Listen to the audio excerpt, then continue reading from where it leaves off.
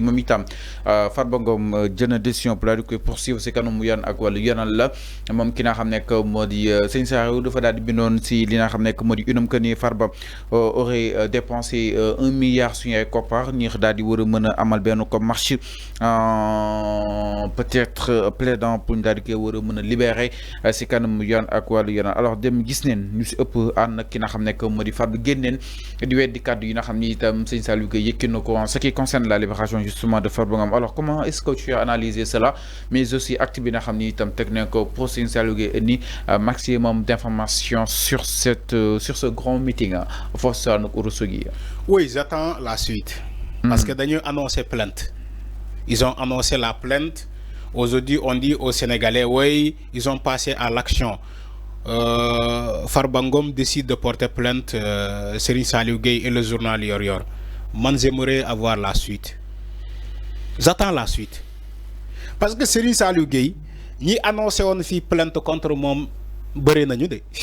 bëri nañu trop ça trop ay plainte. Oui, j'annonce une plainte contre le journal Yor Yor. Froisse. Oui, j'annonce une plainte contre Serigne Saliou Gueye. Froisse. dañuy gis suite du am. Mais j'aimerais avoir la suite de cette plainte-là. Si c'est réel. Moi, je ne parle pas dans le cadre de la manipulation. Si des gens essaient de manipuler l'opinion pour dire que oui, ils ont porté plainte contre Serigne Saliou Gueye. J'attends la confirmation de Serigne Saliou Gueye. Bu demee def émission mu wax ko Sénégalais yépp soit mu dëggal ni que plainte am na wala mu ne Sénégalais tout simplement benn plainte jotaguma ko. Mais en tant que Serigne Saliou Gueye taxawul ne Sénégalais yi effectivement jot naa plainte de la part des avocats de Farba Ngom duma taxaw fii di naan plainte am na. Chaque jour ay journaux bind fii journaux yi chaque jour dañuy bind di ñaata journaux ñoo fi bindoon ay plainte même la plainte de Madiambal Diagne way porte plainte contre Serigne Saliou Gueye. Mamadou Diop autant pour moi. Mohamedou Diop qui était l'ancien directeur des domaines. Et la presse a écrit fi ben journée que ouais, Mamadou Diop a envoyé une citation directe à Serigne Saliou Gueye et Yor Yor. La suite c'est une plainte. Ba bobu ken gisul plainte bi. Ba légui ken gisul la plainte de Mamadou Gueye. Ba légui ken gisul la plainte de Madiambal Diagne contre Serigne Saliou Gueye, le journal Yor Yor. Ba légui ken gisul la plainte de Cheikh Yérim Seck contre Serigne Saliou Gueye. Et kenen. Je peux en citer beaucoup de gens qui ont annoncé une plainte contre Serigne Saliou Gueye. Mais gisuñu ko. On n'a jamais vu ces plaintes-là. Moi, dañuy dem ci presse bi rek ñu alimenter presse. Ouais, dans les jours à venir, nous comment dirais-je, nous allons porter plainte contre le journal Yor Yor. Dans les jours à venir. Ba légui ken gisul. Aujourd'hui, c'est le tour de Farba Ngom et ses avocats. On nous dit, Farba et ses avocats ont décidé de porter plainte Serigne Saliou Gueye. Ils ont décidé de porter plainte. Maintenant, on va attendre la suite, de voir. Et la confirmation aussi de Serigne Saliou Gueye. Parce que moi, qu'est-ce que l'a dégoulé? Moi, qu'est-ce que l'a dégoulé? Pour me confirmer Sénégalais que jot naa plainte bi envoyé nañu ma plainte bi déchargé naa ko ni que damay dem wéy ji bés sangam ni que Farba Ngom moo ma porté plainte loolu laay xaar mais leneen li may yokk dama ne à 99% wax naa ko démb. Le journal Yor Yor ce qu'il écrit c'est la vérité, c'est la triste vérité à 99% laa la wax ce que ce journal Yor Yor écrit. C'est la vérité, c'est la triste vérité, c'est la pire vérité. C'est la pire vérité. Maintenant, on peut essayer de manipuler les gens en disant oui, waxul deug, Farba n'a pas décaissé 1 milliard. Moi, on peut essayer de voir. Mais moi, je suppose que Serigne Saliou Gueye a des preuves. Il y a des preuves. Parce qu'un tel journal réputé être un journal véridique, un journal professionnel, doit aussi avoir des preuves avant d'écrire ces genres de choses. Et lolo, man, je crois que ils sont professionnels, ils sont toujours dans ça. Ils ont leurs preuves, bala ñuy publier quoi que ce soit. Moi, man, mangi xaar la suite de la plainte qui a été annoncée. Mangi xaar la suite. lii laay wax ngum ba keroog Serigne Saliou confirmé ni que jot naa plainte maay xaar loolu. xel xalaat na lu toll si benn milliard ñu jël ko di ko def si ay meeting exactement c'est-à-dire ak Farba kan fan la ko war a mën a dekkee si kan moo koy gérer xaalis bi fan la jóge entre autres am na loo xam ne quand même su ko xalaatee dem si à la profondeur mën nañ jàpp ne franchement que information bi peut-être pour mu wér amaan na ni donc Farba dina teg ay stratégie am concrètement. Fallou en matière de politique xel xalaat na lu ëpp loolu. Il s'agit de la politique. La manifestation, c'est de la politique. Il faut voir la manifestation qu'ils ont organisée à Matam, au Fouta. Mais c'est purement politique. C'est une manifestation politique. En matière de politique, hel khalat na lu ëpp lolu. Farba ci bopam ci politique dafa doon jël xaalis di ko sandi mën a nit ñi for leen. Ci politique, pour te dire qu'en matière de politique, les 1 milliard qu'ils ont annoncé, ce n'est rien du tout.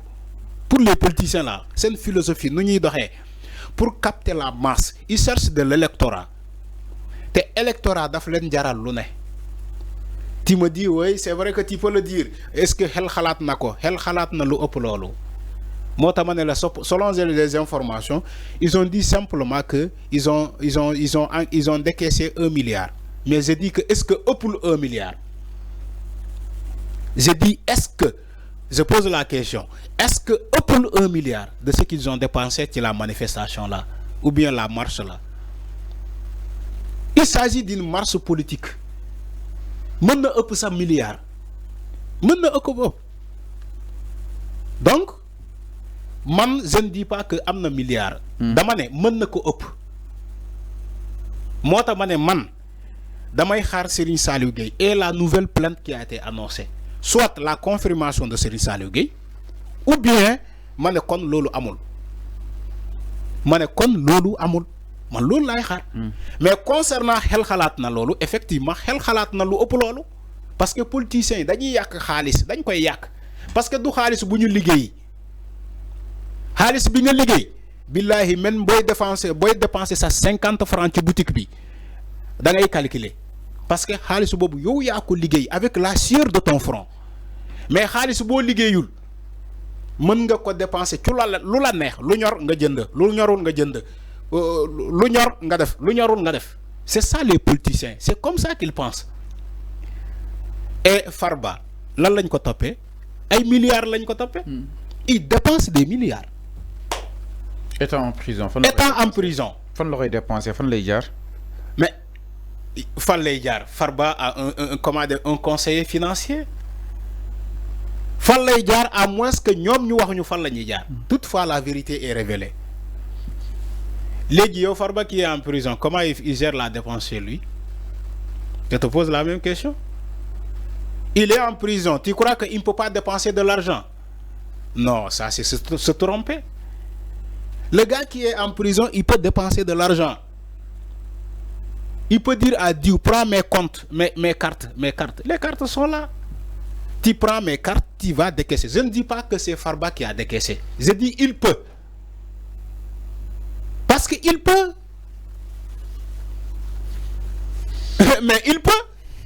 Effectivement, il peut dépenser de l'argent en étant en prison. Ça se fait partout. Il y a des gens, en étant en prison, ils donnent la dépense chez eux.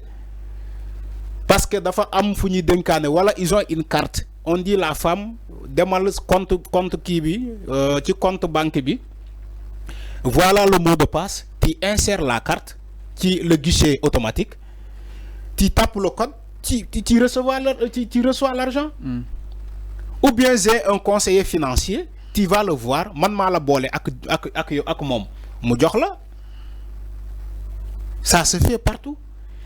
Maintenant, quand les gens veulent soutenir la thèse en disant que oui, Farba en étant en prison, comment il peut dépenser 1 milliard, vous comprenez pas comment le monde fonctionne?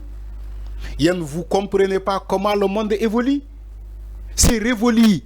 Les gens ont progressé, la technologie a progressé, le système bancaire a progressé. Fallo, on nous dit des maires qui sont en prison, ils continuent de signer des documents pour que l'administration, la maire, continue de fonctionner. Je te donne un exemple. La semaine dernière, on nous a dit Mansour Faye, en étant en prison, il continue de signer les dossiers les plus importants. Dañ koy fekk ba biir prison bi en état maire mu signé ki andi courrier bi Mansour Faye bu signé ba pare mu delluwaatu courrier bi dem def acquis de droit jox ko acquis de droit. Donc quelqu'un qui est en prison, il peut continuer de contribuer au fonctionnement, au mode de fonctionnement de la société ou bien de l'administration. Comme le cas de Mansour Faye que j'étais donné, un maire. Ñaata maire lañu dugaloon kaso et il continue de signer des dossiers administratifs, des documents administratifs. Donc quelqu'un qui est en prison, il peut dépenser de l'argent à l'extérieur. Li waxuma ko pour wax ni que Farba mo def de déedéet, je te donne juste un exemple. Maintenant concernant Farba moo décaissé 1 milliard boobu loolu dina leer ci kanam diggante moom ak l'autre là, comment il s'appelle, Serigne Saliou Gueye. Alors leer na mi ngi noonu exactement par rapport ak li nga xam ne que moo di wàllu wi ndar ñëw si beneen ponk ginnaaw loolu dañuy daal ñëw li nga xam ne que moo di justement